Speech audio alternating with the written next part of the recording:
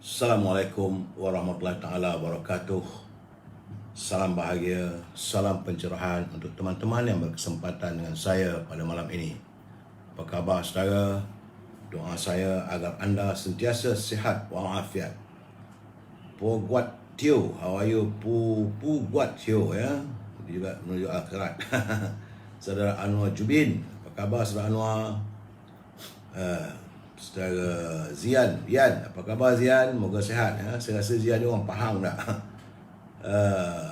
Alhamdulillah saudara menuju akhirat. Nampak kayaknya ada sedikit segar sikit hari ni. Saudara Arifin Abdul Halim, apa khabar saudara? Saudara Puan Ruby Din, Ruby dia hadir dengan pasangannya dan kita harus mendoakan supaya dia terus bahagia. Solehan Omar Syarul Azam, selamat malam dari Kota Baru Syarul. Saudara Arifin Abdul Halim, Waalaikumsalam. Saudara Fakri Sani, Doalim Baba, Openg Temu, apa khabar Peng? Doa saya anda sentiasa sihat walafiat ya saudara. Begitu juga teman-teman yang lain, Syah Ibrahim, Waalaikumsalam. Saudara Wazri, Cik Mat Muhaini, salam dari Subang Jaya katanya ya saudara. Terima kasih saudara Arif Said, Zulkifli, saudara Pak Chu, salam. Saudara Midi di Selayang, jauh sikit dari saya tak berapa nampak saudara. Saya minta maaf lah kadang salah sebut ya saudara Fakri Sani, saudara Azaya, Hamidah Kumat, ya saudara Zian, nama Zian ni Parlimen Kuantan lah tu. Saudara Wan, saudara Muhammad Fuad, saudara Abdul Rahman, dari Labuan ya Abdul Rahman. Moga Labuan sihat lah, orang Labuan sana tu, orang pulau, angin pulau selalunya segar saudara. Dan teman-teman yang tak sempat saya santuni, saya mohon maaf kerana saya harus memberi pencerahan. Malam ini ada beberapa perkara yang agak menarik untuk kita bincangkan bersama saudara. Ya saudara, hari ini adalah hari Selasa tanggal 23 Mac saudara. Tinggal 13 hari je lagi untuk kita menghadapi kehadiran bulan Ramadan Al-Mubarak. Dan ia merupakan hari yang ke-729. COVID-19 ini terus meratah warga bangsa kita ini. Dah 729 hari saudara. Dan menurut laporan saudara Rio dari Universiti Melaya, hari ini tiba-tiba saja ia melonjak, meningkat begitu tinggi daripada 17,000 kepada 21,483. Menjadikan jumlah terkumpul adalah 4,032,435. Dan kematian semalam dilaporkan adalah 77. Ini angka terkumpul kematian sudah 34,400 orang saudara. Jadi sebab itu kita harus berhati-hati untuk menjaga kebersihan diri kita, ya, menjaga kesihatan warga kita sendiri ya saudara. Laporan yang saya terima daripada Rio, Perlis ada 131 ada peningkatan. Di Kedah ada turun 1,219. Begitu juga di Pulau Pinang susut pada 1,295. Di Perak ni naik sikit yo. Daripada 1,115 kepada 1,015 kepada 1,170. Di Selangor dia melonjak balik saudara kepada 7,452. Begitu juga di wilayah Persekutuan. Jangkitan semalam 3,433 saudara, tinggi ya saudara. Di Putrajaya 65 orang, Negeri Sembilan tiba-tiba dah cantik dah, daripada 85 dia susut kemarin 595, tiba-tiba semalam naik kepada 1,061 orang. Begitu juga di Melaka juga turut naik daripada 422 kepada 536. Tapi Alhamdulillah Johor mula berada di angka ratusan, iaitu 927. Tapi di Pahang masih lagi meningkat daripada 771 kepada 959. Terengganu susut 584. Kelantan ada sikit peningkatan tapi masih lagi dalam ratusan, tidak ribuan. Dah di mana mari dah. Alhamdulillah. Kelantan semalam 609 orang. Begitu juga di Sabah turut susut kepada 402 daripada 416. Di Labuan 953. Cuma di Sarawak tiba-tiba semalam dia melonjak daripada 813. 2 hari aja ratusan, tiba-tiba semalam naik pada 1,547. Ini menjadikan jumlah keseluruhan yang terkumpul untuk bulan ini sebagaimana dilaporkan oleh saudara Rio, jangkitan 21,483. Untuk bulan ini sahaja 504,240 orang. Jadi saudara, bersamalah kita berusaha untuk tidak mengizinkan virus corona ini terus menyerang keluarga kita saudara. Jaga kebersihan, jaga diri kita saudara. Baik saudara, kita masuk sedikit segmen e-commerce. Minta izin teman-teman.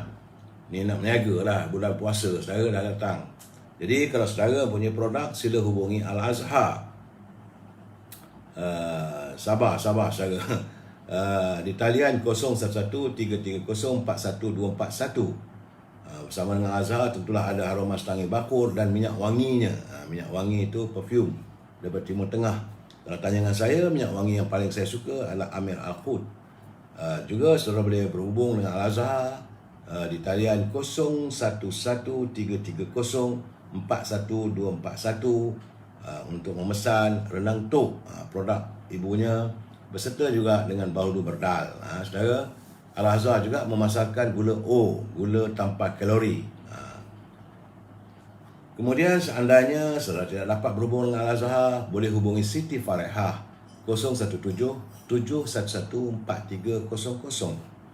017-711-4300. Dia pun dah mula sibuk ni. Jadi saudara segeralah memesan dendeng manis Siti Farehah. Dekat-dekat bulan puasa ni sesuai dan sedap makan dengan kanji saudara. Bagi mereka di Lembah Kelang, bolehlah berhubung dengan Syauqi untuk mendapat bekalan buah-buahan segar dan juga buah-buah tamar. Saudara hubungi Syauqi di talian 012-357-5703 untuk dihantar terus ke rumah saudara. Buah-buahannya segar, besar dan harga lebih murah daripada harga pasar. Jangan lupa saudara, makanan kegemaran saya, Popiah Sirih Lady Maria. Popiah Sirih Lady Maria ini rasanya pedas, rangup dan manis. Jadi kalau saudara mau menikmati Popiah Sirih Lady Maria, sila hubungi Nizam di talian 019-435-1203. 019-435-1203. Saudara juga boleh berhubung dengan Ella Zila. Ella Zila ini memasarkan minyak saca inci yang kaya dengan omega. Ini sesuai untuk diri kita sebagai Shield ataupun untuk mereka-mereka yang mengalami masalah kanser, sakit jantung, kencing manis, darah tinggi dan kolesterol. Ini makanan yang elok untuk dimakan sebagai makanan tambahan. Hubungi Ella Zila di talian 012-412-3767. 012-412-3767. Dan boleh juga saudara memesan telekung Cinta Fatimah. Nak dapat dah dekat-dekat dah bulan puasa saudara. Baik saudara, itu sahaja yang sempat saya berikan atau saya celotehkan dalam segmen e-commerce. Baik saudara, kita masuk segmen naluri kehidupan. Hadis ini hadis riwayat Al-Bukhari dan juga hadis riwayat Muslim. Kerana Abu Hurairah radhiyallahu anhu berkata bahawa baginda Nabi Muhammad SAW bersabda, maksudnya apabila seorang wanita menafkahkan sebahagian daripada hasil usaha suaminya tanpa izin suaminya, maka bagi suaminya separuh pahala. Jadi wanita tersebut dapat pahala dan separuh daripada pahala itu dapat oleh suaminya. Orang yang turut membuat kebajikan bersama-sama dengan orang lain juga akan beroleh pahalanya. Jadi para ulama membenarkan, katanya para ulama membenarkan isteri menafkahkan harta pencarian suaminya jika telah diizinkan oleh suaminya, sama ada secara terang atau menurut kebiasaan. Namun begitu, ia hanyalah untuk pengeluaran yang sedikit yang biasa dilakukan oleh si isteri, seperti sedekah kepada peminta sedekah atau memberi makan kepada tamu. Hal tersebut tidaklah memerlukan kepada keizinan si suami. Jadi kalau nak bersedekah pada minta sedekah, orang datang ke rumah nak bagi makan, tak payahlah minta izin suami. Namun janganlah pula ia berlaku secara keterlaluan, merosakkan harta atau sampai pada tahap pembaziran. Jadi kalau nak bagi sedekah, tak perlu minta izin suami pun tak apa. Tapi kecil lah. Bukan sedekah sampai RM500, RM5,000 itu tak betul, saudara. Dan kena ingat, saudara, ketika Tuhanmu memberitahu, ini kata baginda Rasulullah, ada ayat suci Al-Quran yang dari surah Ibrahim. Maksudnya, demi sesungguhnya jika kamu bersyukur, nescaya aku akan tambahi nikmatmu kepada kamu. Dan demi sesungguhnya jika kamu kufur ataupun ingkar, sesungguhnya azabku amatlah keras. Ini adalah ayat daripada surah Ibrahim, ayat yang ke-7. Jadi saudara, saya menggalakkan saudara untuk kita mengamalkan zikrullah pada setiap hari. Baik saudara, itu adalah naluri kehidupan kita yang sedikit. Saudara Wak Rafi'i, Zamri Ibrahim, Madam K, ini dalam Instagram. Saudara Azman Hussein. Kita santun sedikit mutiara kata kiriman Cikgu Ibil. Katanya, di setiap kegelapan pasti akan ada setitik terang. Di setiap doa selalunya ada jawapannya. Dan di setiap kesusahan pasti ada kemudahan. Dan di setiap ketidakmungkinan selalunya ada keajaiban. Maka bertahanlah dan bersabarlah. Jadi bila kita menghadapi masalah dan sebagainya, jangan perkara itu merontun kehidupan kita. Bersabar, bertenang, insya-Allah di setiap kesukaran itu pasti ada kebaikannya, saudara. Terima kasih Cikgu Ibil atas kiriman pantun, kiriman mutiara yang begitu bernilai untuk kita kongsi bersama, saudara. Baik saudara, seperti biasa, salam impian moratorium dan pengeluaran wang dari kumpulan wang sebenar pekerja RM10,000 secara tuntas one off. Saya harus menyuarakan lagi kerana masih belum ada lagi cahayanya. Perdana Menteri dah bercakap, tapi belum lagi terlaksana, saudara. Dan kita mengingatkan ahli parlimen, kerajaan khususnya, supaya janganlah mereka berbelanja tanpa had. Kerana kalau negara berbelanja tanpa had, maka negara akan muflis. Baik saudara, tajuk perbincangan kita malam ini, kembali berbalah. Apa yang saya maksudkan kembali berbalah? Kita santun dulu pantun Pak Nazil. Terima kasih Pak Nazil. Dari jauh, dari Perlis menghantar kiriman kepada saya. Kata Pak Nazil, ke Tanjung Karang bertemu kawan, namanya Dolah, anak Kak Mah. Apabila diserang, harus dilawan, namun hendaklah cara berhemah. Jadi kalau kita diserang dengan kata-kata dan maki hamun, wajib kita melawan, tapi caranya biarlah berhemah, kata Pak Nazil. Tambahnya, suara bayan didengar merdu, hampir teralpa hari dah petang. Menyambut kejayaan bak bulan madu, jangan alpa waktu mendatang. Jadi, mereka yang telah berjaya, ini khususnya kepada mereka yang berada di negeri Melaka dan Johor, dah berjaya apa semua tu. Jadi, sambutlah kejayaan itu bak bulan madu misalnya, ya. Tapi jangan lupa hari-hari yang mendatang, saudara. Terima kasih Pak Nazil atas kiriman pantun yang cukup berarti untuk perkongsian kita bersama, saudara. Kita masuk segmen Gedung Ilmu yang curipan daripada buku, kiriman Tan Sri Johan Jaafar kepada saya. Elok kita fikirkan bersama. Itu orang tua-tua dulu sering berkata, ini permintaan pemimpin terdahulu. Dia berkata bahawa pemimpin hendaklah sentiasa memegang pada syarak dan adat. Dan mestilah menjaga kemurnian sikap. Jangan sombong dan angkuh. Kerana umat Melayu wajar dipimpin oleh pemimpin yang bukan kasar. Ini pesan waktu itu dulu. Jangan kita mencari pemimpin yang kasar. Katanya bila menjadi pemimpin lakunya kasar, mulutnya kotor, kepalanya besar. Duduk di majlis tagak melanggar. Malahan duduk di majlis bagaikan pasar. Macam yang kata dekat parlimen sekarang ni lah, saudara. Orang benci, rakyat tak gemar. Nama yang baik jadi tercemar. Jika dijadikan pemimpin, maka celaka yang besar. Dijadikan tua, tentulah bertengkar. Dijadikan induk, orang kan engkar. Memimpin negeri tidak akan benar. Kalau kita mempunyai pemimpin yang sebegitu, saudara, kita mengharapkan pemimpin yang ada akan datang bukanlah jenis yang kasar. Kita sambung lagi bicara kita tentang Gedung Ilmu ini malam besok, saudara. Terima kasih Tan Sri Johan. Dan seperti biasa, saya harus memberi peringatan bagi mereka yang menyunting semula live saya ini dan masuk dalam channel YouTube, maka semua itu adalah tanggungjawab anda. Saya tidak bertanggungjawab. Begitu juga dengan komen-komen yang anda lakukan. Pastikan setiap komen anda itu tidak melanggar peraturan-peraturan yang ditetapkan oleh Kementerian Penerangan dan Komunikasi, saudara. Saya mengharapkan agar anda menghantar kiriman biarlah bahasa yang harmonis, saudara. Ingat, saudara, ini pencerahan politik, tidak lain tidak bukan, tanpa tajaan, bukan untuk minta bayaran, dan matlamatnya satu saja, supaya kita berinformasi. Apa yang saya jelaskan adalah daripada pembacaan saya, di samping itu daripada pengalaman masa silam dan perbualan saya dengan pemimpin-pemimpin masa kini, saudara. Prinsip kita, ini paling penting. Kita mesti bersetuju untuk tidak bersetuju, saudara. Jadi artinya bukan artinya apa yang saya cakap itu saudara kena percaya 100%. Kita mesti bersetuju dan juga untuk tidak bersetuju. We must agree to disagree, saudara. Barulah tenang kehidupan kita, saudara. Dan ingat, saudara, kita adalah warga cinta damai.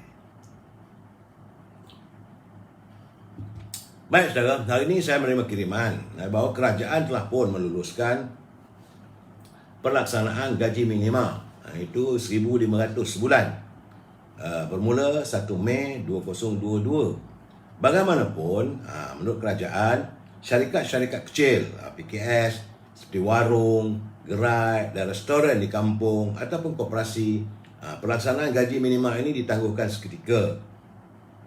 Ini bagi mengambil kira kemampuan pembayaran yang dimiliki oleh syarikat berkenaan. Itu menurut kenyataan daripada Yang Amat Berhormat Perdana Menteri. Artinya bukanlah semua orang bekerja ke kantin sekolah pun bukanlah gaji 1,500 minimanya.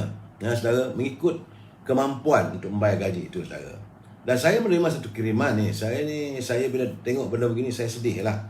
Sebab ini kiriman daripada seorang marhain yang mereka, saya rasa mungkin mereka berhubung dengan pegawai di Kumpulan Wang Simpanan Pekerja.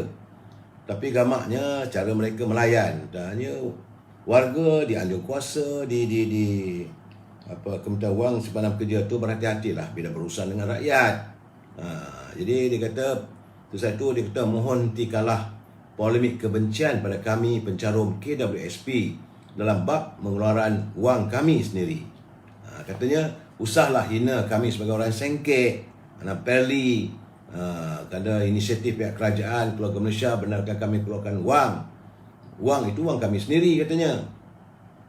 Jadi kami yakin jika warga kerja KWSP berada dalam keadaan kami yang telah dan sedang hilang pekerjaan dengan bisnes lingkup, gaji kena potong, gaji hari dengan istilah tiada kerja, tiada gaji dan macam-macam lagi keperitan dan kesusahan yang kami lalui dengan tabah dan parah dan pasrah setiap saat kepadanya.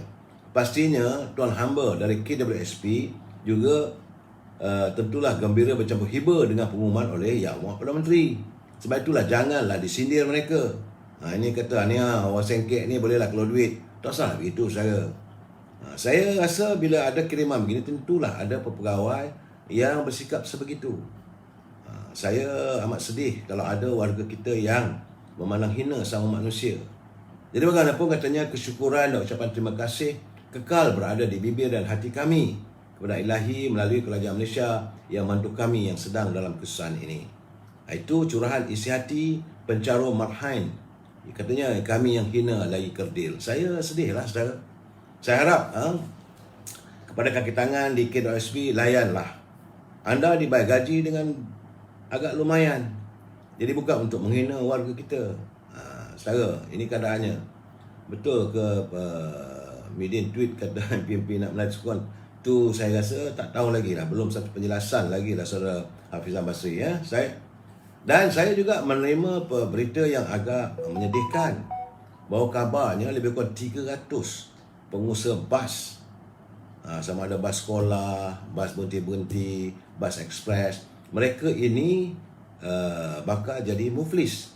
Kerana menurut Sekretariat Gabungan Bas Malaysia, mereka kebanyakannya bercadang untuk menyerahkan semula lebih kurang 20 biji buah bas, 20,000 bas milik ahlinya kepada Kementerian Pengangkutan dan Kementerian Kewangan berikutan pengusaha tidak lagi mampu membayar pinjaman sejak perkhidmatan penguatkuasaan terjejas akibat penularan COVID-19. Ini satu benda yang harus ditangani oleh Kementerian Pengangkutan dan juga Kementerian Kewangan. Bukan sedikit, 300 orang pengusaha bas ekspres, bas sekolah dan sebagainya, mereka akan jadi calon muflis. kerana mereka tidak mampu untuk membayar. Kerana mengikut rekod terdapat sebanyak 18,000 bas sekolah, 10,000 bas pekerja dan 6,000 bas persiaran berdaftar di seluruh negara. Semua ini mereka terjejas stroke. Dan jika pinjaman tidak dapat moratorium, maka tentulah mereka juga akan diisytiharkan muflis. Jadi saya harap agar Kementerian Kewangan melihat permasalahan rakyat yang sebegini, saudara. Jadi inilah rintihan rakyat. Saya harus menyuarakan apa yang ada, apa yang dihantar pada saya, dan saya siasat benda itu ada kebenarannya, maka harus saya nyatakan, saudara. Bagaimanapun saya agak ucapkan tahniah. Masih batuk lagi sikit, saudara. Saya ucapkan tahniah kepada warga di Tanjung Piai, kerana semalam seramai 15 orang warga Tanjung Piai telah berangkat ke Tanah Suci Mekah untuk melakukan ibadat umrah. Jadi pemeriksaan mereka ditaja oleh ahli parlimen, iaitu Datuk Wijek Singh. Artinya apa yang dijanjikan oleh calon-calon dari Barisan Nasional, mereka melaksanakannya. Jangan dipertikaikan soal halal haram, sah tak sah, saudara. Jeda ni bila dia dah buat tu, biarlah.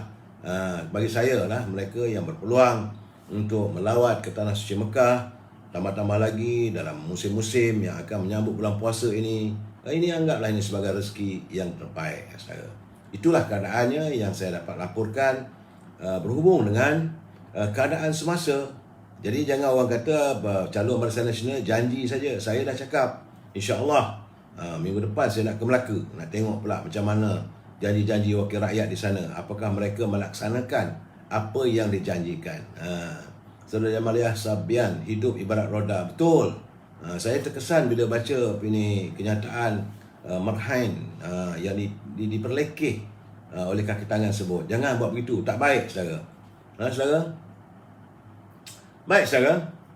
Sesuatu yang tidak pernah saya jangkakan terjadi hari ini. Dan saya rasa ini mungkin kali pertama dalam sejarah. Sebelum ini tak pernah berlaku, saudara. Tiba-tiba untuk perkara pertama kalinya, usul daripada seorang menteri telah ditolak oleh parlimen. Kalau di British, bila Brexit ditolak, Perdana Menterinya berhenti. Saudara, ini sekarang ni hari ini tadi, petang tadi, dengan undian 84 menyokong dan 86 menolak, sementara 50 ahli parlimen tidak hadir. Ini menggambarkan kedudukan Dewan kita yang cukup rapuh. Rang undang-undang berkaitan dengan SOSMA yang dibawa oleh Menteri Keselamatan Dalam Negeri dan Menteri Keselamatan Dalam Negeri, itu Datuk Hamzah Zainuddin, telah ditolak oleh Dewan Rakyat. Saudara, ini keadaan ini amat memalukan. Tak pernah berlaku, saudara. Kerana usul Menteri Dalam Negeri itu adalah untuk melanjutkan subsection 4 dalam kurungan 5 2012 bagi tempoh 5 tahun lagi berhubung dengan SOSMA ini. Dia minta supaya diluluskan seramai 19 orang, maksudnya turut berbahas. Ada yang setuju, ada yang tak setuju, melahirkan kenyataan, macam-macam kenyataan. Dan akhirnya setelah diadakan undi belah bagi. Undi belah bagi ini artinya undi secara seorang-seorang. Memang pada mulanya speaker seperti biasalah. Dia tanya ahli-ahli parlimen mana yang setuju, kata setuju. Ada yang kata setuju, ada yang kata tak. Tiba-tiba ngaku yang bangun. Dia kata dia minta supaya undian diadakan secara belah bagi. Belah bagi itu mana seorang sama seorang dihitung, saudara. Jadi bila dewan ditangguhkan selama lebih kurang 2 minit dengan membunyi loceng dan sebagainya seperti biasa, pengundian dilakukan. Tapi sebelum tu saya dah agak, saya merasakan saya rasa tak kena ni, saya kata, sebab tiba-tiba saja timbalan speaker Datuk Ramli dia tiba-tiba dia menangguhkan 10 minit. Mungkin dalam dewan waktu itu tak ramai lagi ahli-ahli yang ada. Jadi 10 minit ditangguhkan, akhirnya disambung semula, diambil alih oleh speaker, iaitu Tan Sri Ad Harun. Bila pengundian pun dijalankan. Apabila pengundian secara belah bagi, belah bagi ni ada blok 1, blok 2, blok 3 dan 4 semua, dikira lah. Ahli Yang Berhormat daripada Tanjung Karang setuju. Yang ni tak setuju. Yang ni setuju. Yang ni tak setuju. Inilah keadaannya, saudara. Akhirnya tiba-tiba saja setelah dihitung semua, maka hitungan yang menyokong usul daripada kerajaan cuma dapat 84 dan yang menentang 86. 50 orang ahli parlimen yang lain tidak ada. Jadi sebab itu saya mengatakan saudara, keadaan sekarang ni kerajaan kita kerajaan yang rapuh. Ini sebenar-benarnya sebab itu kita menuntut agar diadakan segera pilihan raya umum. Ini contoh satu bagaimana yang dialami oleh Datuk Asni sewaktu beliau mentadbir kerajaan negeri Johor sebelum pilihan raya dulu pun keadaannya bukan sama. Ini yang orang kadang tak faham bila kita katakan kita perlu dominan dalam mentadbir negara.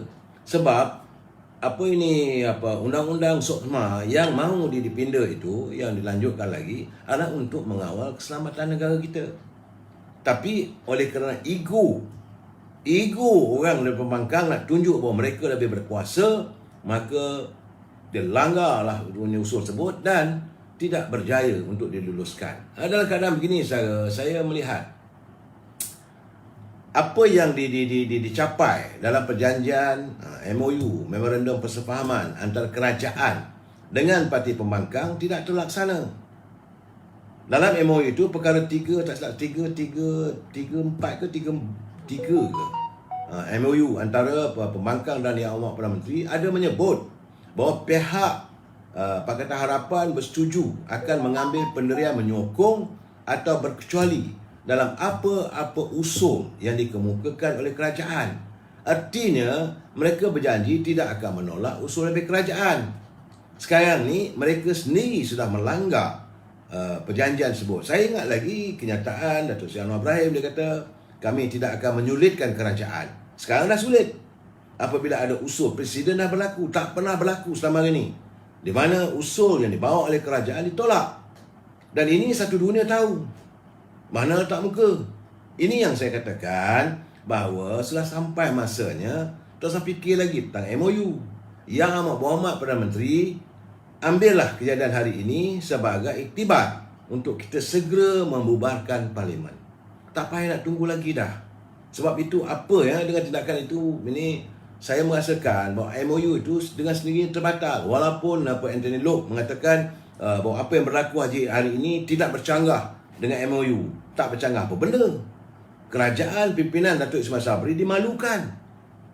Dulu bila ada pengiraan, selalunya kadang-kadang kita menang 1 undi, 2 undi, tapi hari ini kalah. Suka tak suka, perkara telah pun terjadi. Sama ada nak diulang balik tak boleh dah sekarang ni.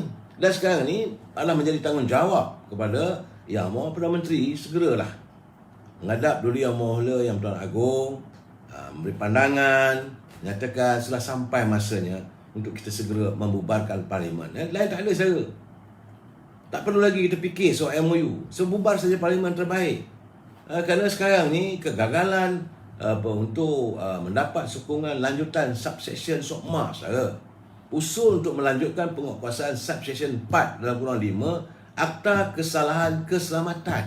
Itu langkah-langkah khas SOSMA. Ini perlu untuk negara kita menangani segala jenayah rentas sempadan, jenayah yang berat-berat. Tapi kalau ini tidak ada, macam mana? Ini keadaan saya. Keputusan itu ditolak oleh parti-parti pembangkang. Sebab saya dah cakap dari dulu lagi, seharusnya maka kita segeralah, sebagaimana ketetapan yang dibuat dalam Perintah UMNO, segerakanlah pilihan raya umum untuk kita menyelesaikan masalah ini. Ini macam orang tercekik tulang, saudara. Malu pun ada. Nak buat macam mana? Mereka telah memperlihatkan. Apakah MOU itu tidak dihormati? Jadi saudara dengar sendiri. Saya dengar dalam YouTube, saya dengar dalam TV, dalam saya punya Facebook. Bila saja diumumkan usul kerajaan ini dikalahkan oleh pembangkang, bersorak mereka. Saudara, bersorak bagai nak rak. Itu tandanya mereka merayakan kemenangan. Kalau itu keadaannya, bubar sajalah parlimen. Saudara Syed, saya setuju. Sudah sampai masanya kita bubarkanlah parlimen. Nak buat macam mana? Malah dalam parlimen kita lihat tidak ada penghormatan langsung. Bagi saya lah, mereka memang penipu. Nak kata penipu, memanglah dia orang menipu. Cuma dalam keadaan begini, saya hairan juga. Bila kita rasanya lah sudah sampai masanya yang Muhammad Perdana Menteri memikirkan untuk membubarkan Parlimen, tiba-tiba saya dapat berita pula di Terengganu. Di Terengganu, seorang wakil rakyat UMNO, dia pula menyokong ketegasan PAS untuk tidak membubarkan Dewan Undangan Negeri bagi membolehkan pilihan raya negeri diadakan dalam tempoh terdekat. Pula dah kata tak bersama. Sekarang tiba-tiba sokong pula. Kita nak diadakan segera pilihan raya. Wakil Barisan Nasional Hulu Besut itu Datuk Nawi Muhammad, dia kata keputusan kerajaan negeri itu untuk tidak membubarkan DUN sekurang-kurangnya akan memberi peluang kepada wakil rakyat terus memegang jawatan lebih lama sehingga tamat tempoh penggal. Jadi kenyataan itu untuk apa? Untuk kamu nak jaga diri kamu. Anda nak jaga poket anda, tidak memikir soal rakyat. Apa berlaku di Terengganu hari ini? Memang pun PAS dah buat kenyataan kalau pilihan raya umum diadakan, maka negeri Kedah, negeri Terengganu, negeri Kelantan mereka tak nak bubarkan bersama. Kena ingat juga saudara, dalam keadaan ini bukan hanya Kedah, Kelantan dan Terengganu. Besar kemungkinan tidak terjadi di Negeri Sembilan dan tidak terjadi di Selangor. Apakah 3 negeri ini nanti, 5 negeri ini akan berkecuali untuk tidak mengadakan pilihan raya negeri, walaupun kita mengadakan pilihan raya untuk Parlimen. Jadi keadaan sekarang ni macam-macam berkecamuk lah jadinya. Sedangkan dulu kita buat bubar semua. Ini tidak. Apa yang berlaku di Melaka dan apa berlaku di Johor, dua perkara yang berbeza, saudara. Macam di Sarawak memang jeda waktunya sudah sampai. Tak boleh siapa pertikaikan, tempoh 5 tahun itu sudah berlaku. Tetapi di Melaka, apabila berlaku lompatan. Sebab itu saya melihat usul untuk membawa ini cadangan anti lompat yang nak bawa Parlimen, saya kata takkan terjadi. Tidak mungkin ahli Parlimen yang ada itu bersetuju. Kalau mereka tak setuju, nak buat macam mana? Takkan terlaksana. Sebab itu baik tak usah kita fikirkan soal anti lompat ini. Kita tumpukan perhatian kita kepada pilihan raya. Pilihan raya umum inilah saja. Kita pulangkan baliklah kuasa ni pada rakyat. Dah letih lah kita ni. Lenjan kita tengok keadaan politik yang tak menentu.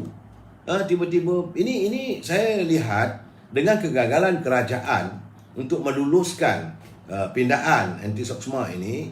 Saya rasa pelabur-pelabur kata kita dah agak dah bahawa Malaysia ni undang-undangnya dah tergabur begini.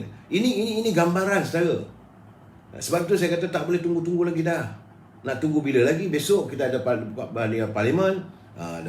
Bawa cadangan lagi, ditolak. Bawa cadangan, ditolak. Sampai bila? Inilah yang berlaku di Johor satu ketika dulu, membuatkan Datuk Hasni tidak ada pilihan untuk membubarkan Dewan Negeri. Dan sekarang ni, apakah kita ada pilihan?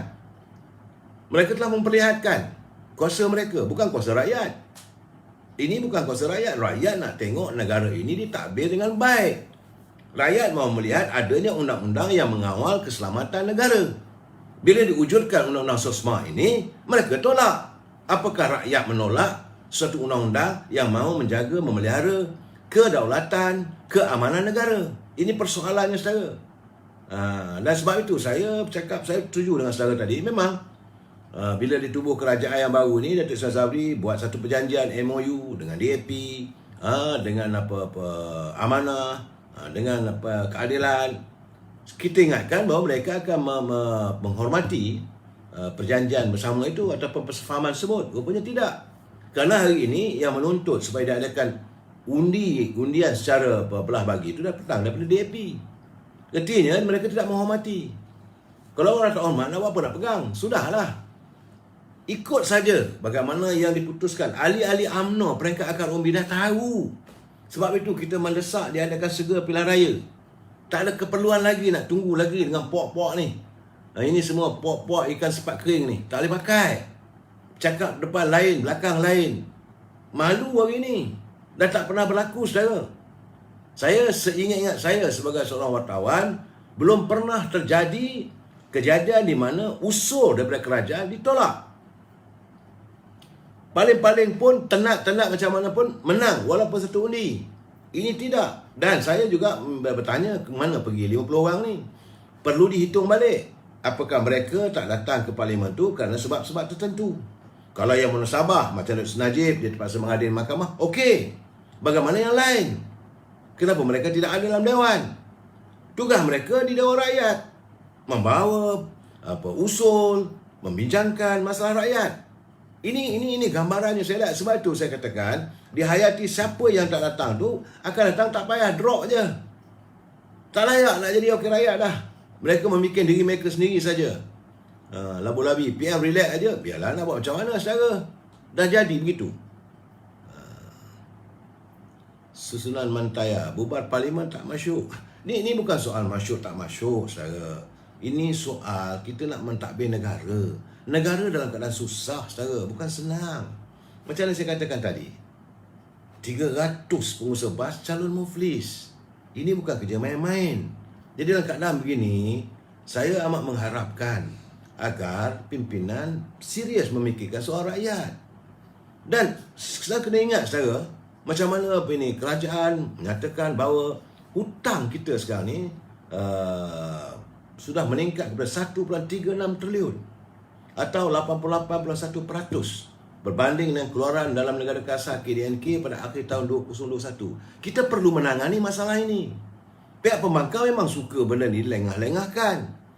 Dan supaya segala usaha kita, apa yang kita nak buat apa semua, dibangkang dan akan menjadikan pimpinan kerajaan kita ni dilihat lemah. Itu matlamat mereka. Yang kita nak ikut sangat pernah dia buat apa. Dan kerana daripada jumlah sekarang ni mendedahkan begitu, Menteri Kewangan Tengku Datuk Seri Zafran Prol berkata hutang kerajaan persekutuan mencatat sebanyak 979.8 bilion atau 63.4% berbanding dengan KDNK pada akhir tahun. Dan jumlah tersebut jelasnya hutang statutory berjumlah 922.5 bilion atau 59.7% berbanding KDNK yang masih dalam lingkungan had statutory 65%. Jadi kerajaan menanggung liability yang tinggi. Selain itu katanya hutang syarikat YMDB 32 bilion, liability kewangan yang tinggi. Saya melihat bagaimana kenyataan daripada pengurusi perhubungan UMNO wilayah persekutuan, Datuk Seri Johari Abdul Ghani. Beliau merupakan mantan Menteri Kewangan. Dia kata kedudukan ekonomi negara agak membimbangkan. Kerana jika berdasarkan pada petunjuk-petunjuk utama, negara ini agak ketinggalan berbanding dengan negara-negara jiran lain di dalam ASEAN. Jadi dia kata dari segi KDNK tahun 2021, ekonomi kita berkembang paling corot jika dibandingkan negara-negara ASEAN. Sebab itu kita memerlukan satu kerajaan yang stabil. Stabil yang dimaksudkan tidak lagi adanya ambush ataupun serang hendap. Bila nak buat usul di parlimen, nak buat satu program, ia tidak dihalang. Kerana sesuatu usul yang dibawa oleh menteri, ia telah dibincangkan di peringkat kabinet. Saudara Jaka Lelong, 50 yang tak adil tu dari kerajaan, saya tak dapat gambaran sebenarnya berapa orang daripada kerajaan, daripada mereka menyokong kerajaan, dan berapa ramai pula daripada pembangkang. Soalnya bagi saya, kita sudah kalah. Terima hakikat ini. Dan mesti dihayati siapa yang tak datang. Kalau yang tak datang itu datang daripada parti kerajaan, parti pemerintah, maka orang ini sewajarnya lah untuk pilihan raya akan datang digugurkan. Saya bukan tak berani, saya mengirim wang, tak berani kupal. Saya tak dapat. Saya tidak dapat jumlahnya, nama-nama mereka. Melainkan benda ini akan dikeluarkan selalunya rahsia parlimen. Saya tak dapat benda itu. Saya cuba berhubung dengan pihak parlimen nak bertanya, dia kata belum dapat disahkan lagi. Tapi 50 itu kita tak pasti berapa ramai daripada pembangkang, berapa ramai daripada parti kerajaan. Bagi saya, kalau dari kerajaan yang tak datang perlu digugurkan. Sehingga jadi begini saya. Ini masalahnya. Inilah keadaannya. Biar saya bersetuju dengan saudara Darus. Inilah akibatnya, inilah natijahnya yang harus kita alami bila kerajaan itu dalam keadaan campuran yang lemah, yang kita terpaksa menyembah ataupun mengemis simpati daripada orang. Kita tidak dapat melaksanakan sesuatu pelaksanaan undang-undang ke, nak buat usul ke, tak dapat dengan mudah. Kena terpaksa menagih ihsan orang. Sampai bila? Sedangkan kerajaan bertanggungjawab pada rakyat. Banyak benda yang perlu kita lakukan.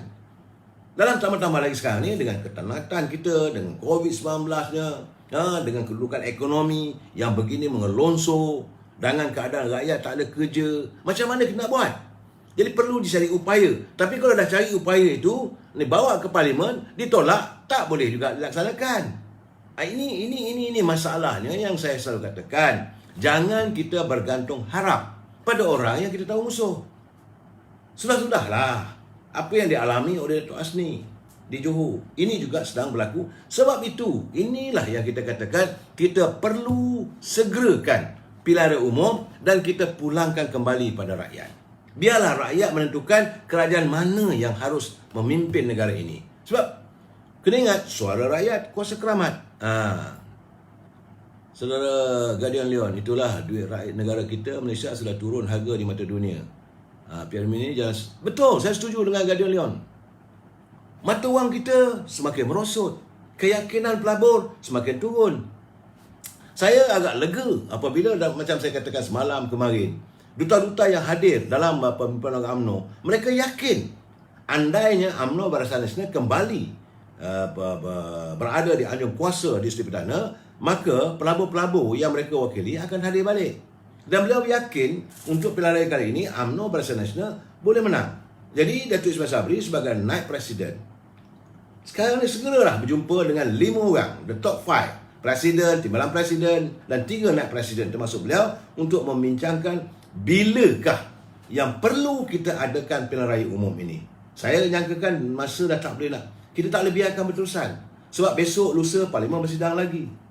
Mereka akan memperlihatkan onar mereka. Apakah kita harus masih lagi terus menyembah, mengemis dan mengemis? Saudara Mak Sepana, saya melihat dalam keadaan sekarang ni. Cuma yang saya minta pada teman-teman, sekarang ni saudara, macam apa yang diusahakan oleh Tan Sri Nur Omar, iaitu dia kata pinjaman perniagaan, penggunaan bagi program pembiayaan mikro untuk penjaja dan peniaga kecil yang keseluruhannya melibatkan peruntukan 48.5 juta telah dibuka semula. Tapi kalaulah perkara ini dibawa ke parlimen, apakah mereka akan menyokong? Ini persoalannya, saudara. Baik, saudara.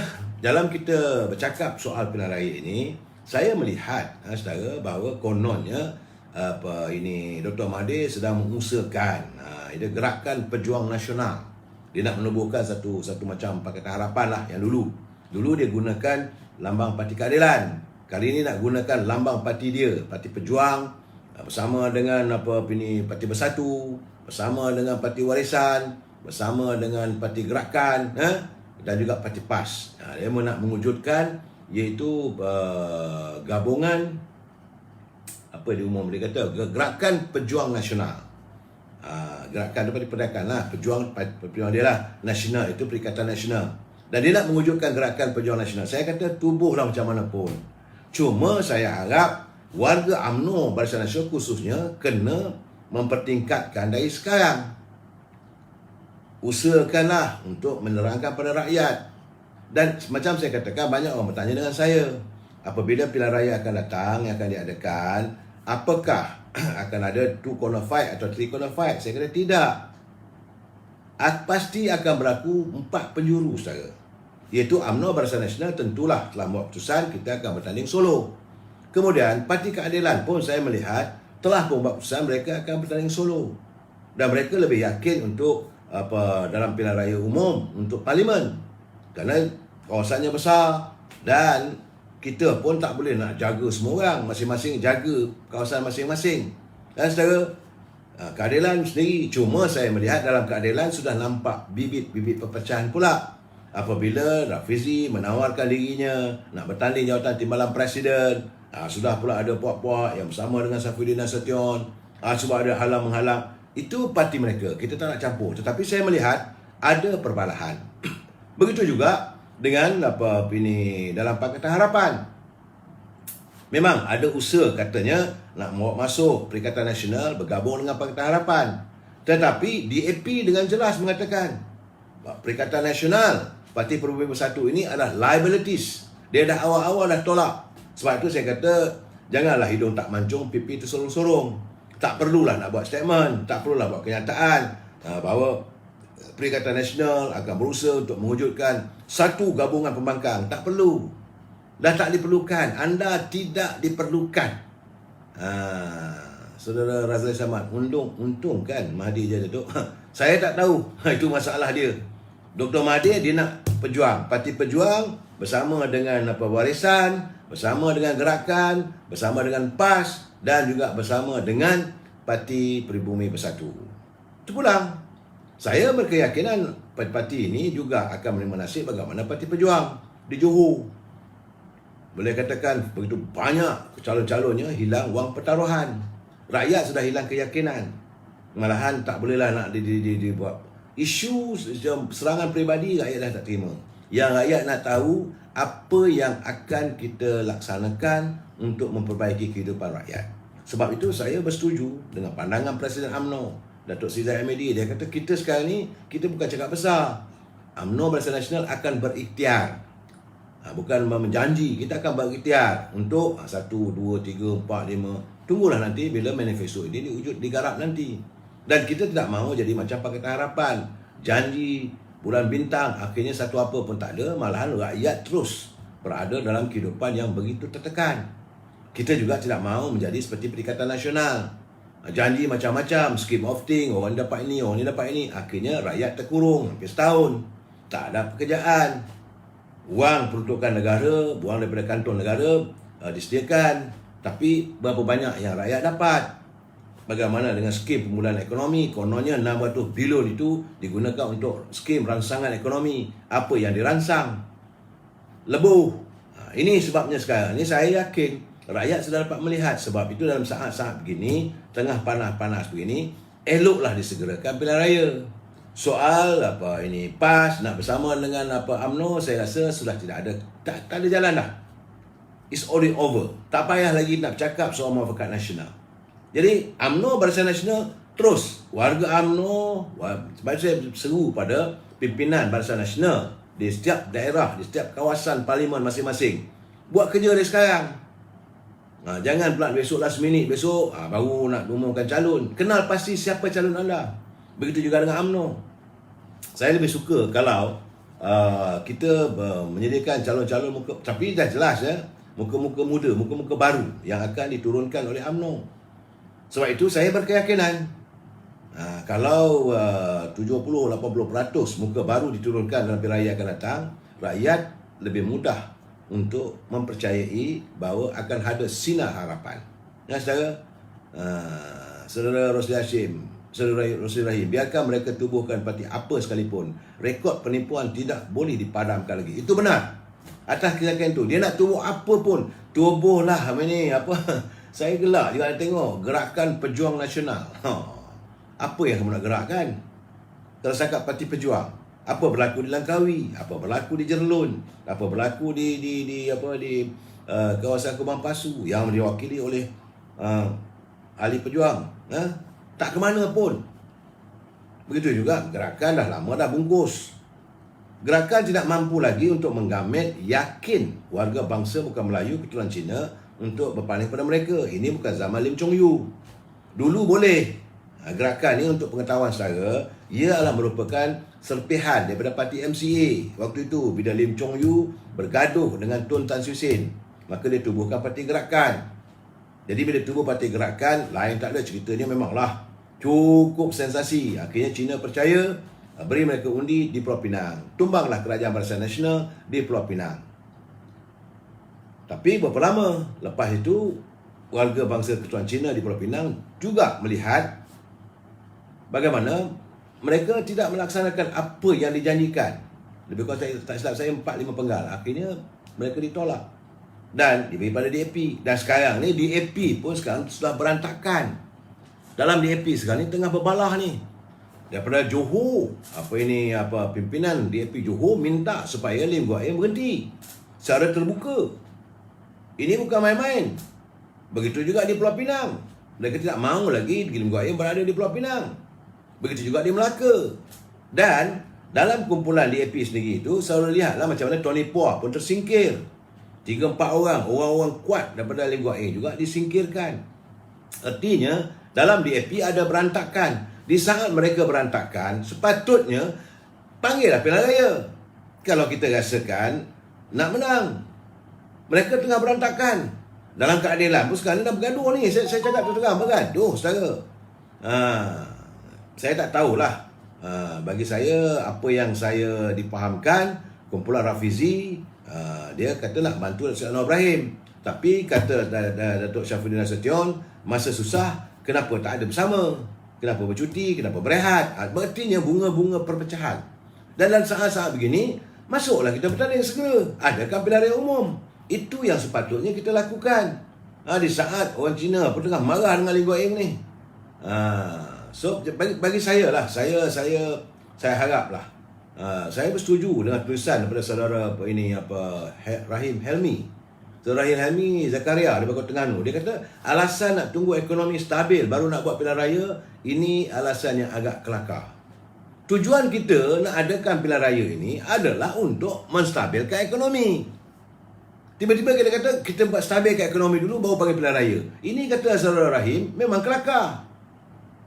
Contoh kan macam nak mengeluarkan wang RM10,000 KWSP. Sampai saat ini tak terlaksana sepenuhnya. Bercakap boleh. Sebab dalam itu tidak senada. Dan kita bukan dominan. UMNO Barisan Nasional cuma ada 42 kursi. Buat macam mana pun kalau mereka tak setuju pun, Datuk Ismail Sabri pun dalam keadaan goyah. Takutlah mungkin dia akan tarik sokongan. Tapi hari ini terbukti. Mereka sudah pun melakukan seolah-olah menarik sokongan. Jadi nak tunggu apa lagi? Apa lagi yang kita nak pegang pada mereka? Jadi menurut pada saudara Rahim, dia kata tahun lalu bila kerajaan menangkan perkara yang sama pada bulan Februari, pengeluaran RM5,000, ini juga tidak kekal.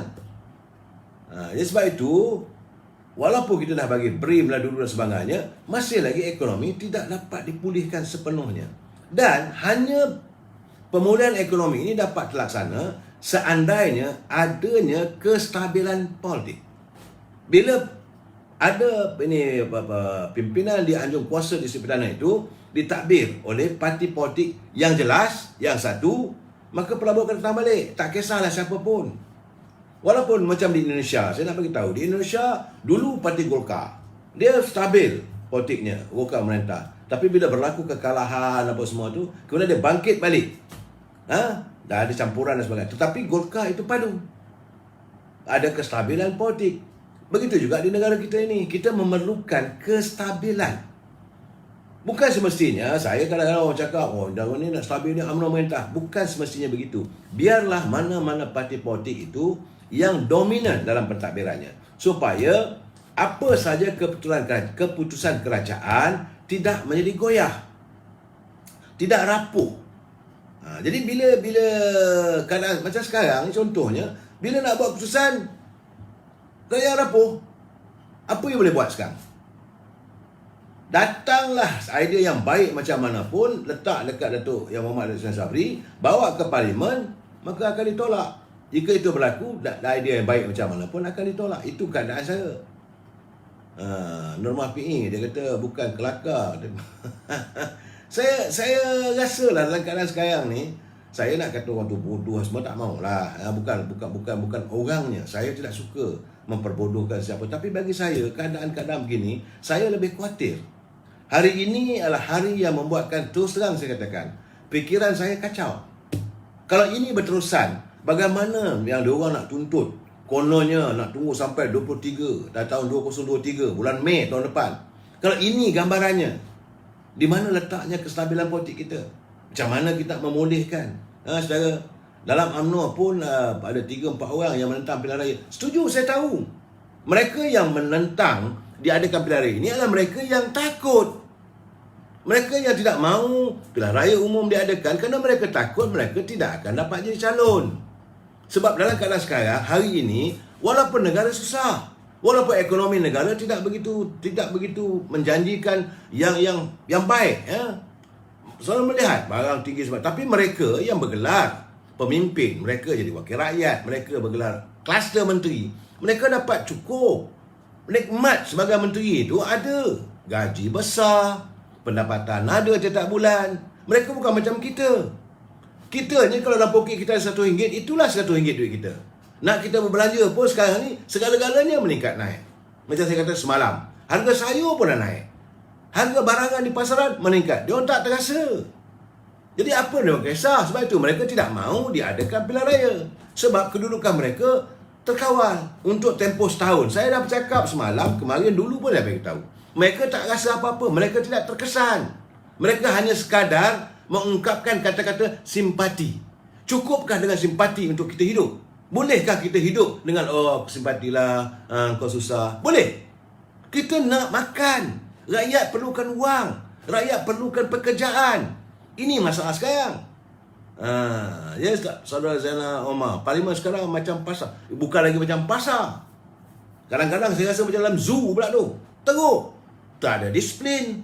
Mereka yang sepatutnya hadir ke persidangan Parlimen tak datang. Ikut suka mak bapak dia aja. Dia nak datang pukul 3 petang pun dia datang pukul 3 petang. Sama dia nak undi tak undi, itu mereka bukan masalah mereka. Jadi Saudara Mak Rajab Badauddin, kemuncak arena politik PRU betul. Ia bukan perayaan besar, saudara. Bagi saya, pilihan raya umum ini adalah masanya untuk setiap parti politik menyerahkan kembali kuasa itu kepada rakyat untuk dihakimi. Dan saya melihat tiap-tiap kali pilihan raya diadakan, bagi saya, pandangan saya, ini gambarannya seolah kita nak minta kerja daripada rakyat. Setiap ahli parlimen yang bertanding, setiap mereka yang bertanding dalam kawasan parlimen, macam Dewan Negeri itu hari, semua membuat satu permohonan kepada rakyat. Berilah aku jawatan ini, aku nak bekerja. Itu contoh sebenarnya. Tetapi bila mereka mendapat jawatan, mereka bergelar yang berhormat, mereka memenangi kawasan pilihan raya itu, yang menjadi masalahnya bila mereka menodai setiap janji yang mereka lafazkan. Ini yang membuatkan rakyat berdendam. Setiap ahli, setiap orang yang masuk bertanding, mereka seolah-olah seperti minta kerja dengan rakyat. Jangan tunjuk ad lah dengan rakyat. Jangan kamu pandang kecil pada rakyat. Rakyatlah segala-galanya.